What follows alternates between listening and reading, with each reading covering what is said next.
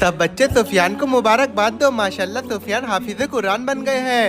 मुबारक हो। मुबारक हो भाई। इमाम साहब, अगर आज मेरे माँ बाप जिंदा होते तो वो बहुत खुश होते।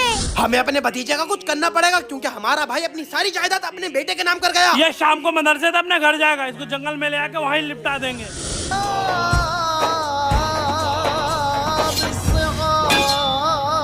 हमने ही तेरे माँ बाप का कत्ल करा था। अब तुझे भी मारकर यहीं दफना देंगे और तेरी सारी जायदाद हड़प लेंगे। तुम लोग मुझे क्या मारोगे?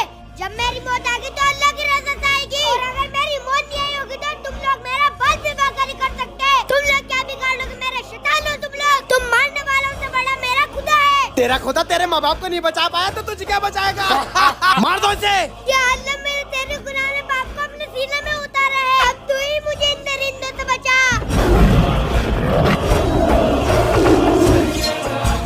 वीडियो अच्छी लगी है तो कमेंट में सुभान अल्लाह जरूर लिखें।